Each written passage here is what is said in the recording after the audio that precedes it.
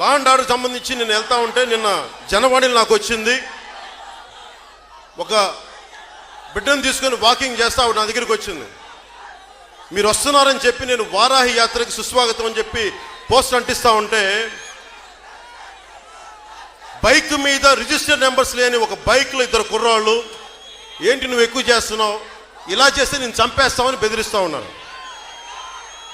ఈ ద్వారంపూడి చంద్రశేఖర్ రెడ్డి దగ్గర, ఈ గూండా దగ్గర ఒక 50 మంది క్రిమినల్ గ్యాంగ్స్ నెంబర్ ప్లేట్ లేని బైకుల్లో తిరుగుతూ అందరినీ బెదిరిస్తూ ఉన్నారు. ద్వారంపూడి చంద్రశేఖర్ రెడ్డి దగ్గర ఉన్న గూండాలందరికీ నేను కాకినాడ నడిబొడ్డు నుంచి చెప్తున్నా, మీ పద్ధతి మార్చుకుంటారా? మార్చుకోండి.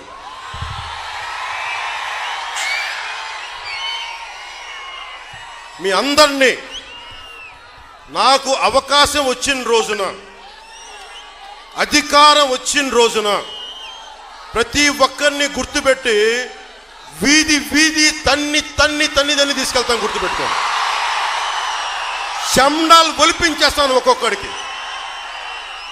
మీరు ఆడపిల్ల ద్వారంపూడి చంద్రశేఖర్ రెడ్డి, నువ్వు ఆడపిల్లల జోలికొచ్చినా, నీ గూండాగాళ్ళు ఆడపిల్లల్ని బెదిరించిన, మీ తాతకు చేసినట్టుగా నిన్ను మళ్ళీ బేడీలేసి మరి లాక్కెళ్తాం. గుర్తుపెట్టుకో, నీకు ఆ జీవితం నీకు వస్తుంది. నీకు ఖచ్చితంగా మీ తాతకి డిటి నాయక్ చేశాడు, నేను నీకు భీమ్లా నాయక్ ట్రీట్మెంట్ నేను ఇస్తాను. నీకు ఒళ్ళు పొగరెక్కి కొట్టుకుంటున్నావు నువ్వు.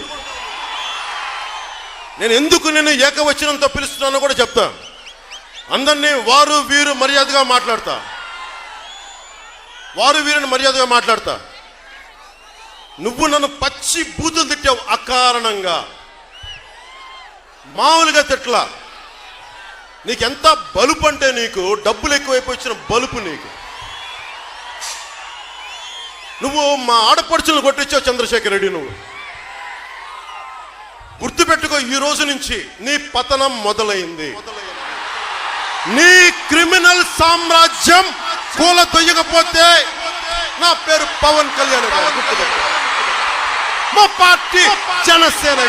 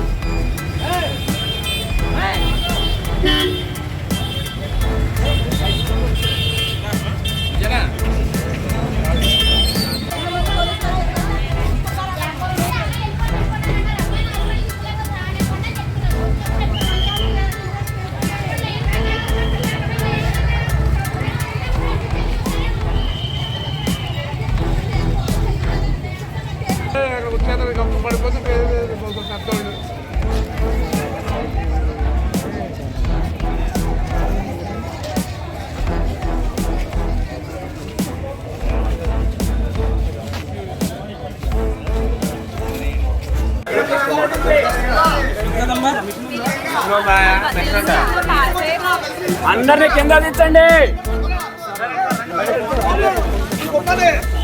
చెప్తారు బాబు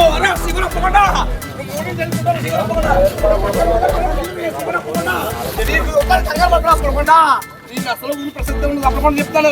నేను నా పిల్లలు కట్టాలి, నా పిల్లలు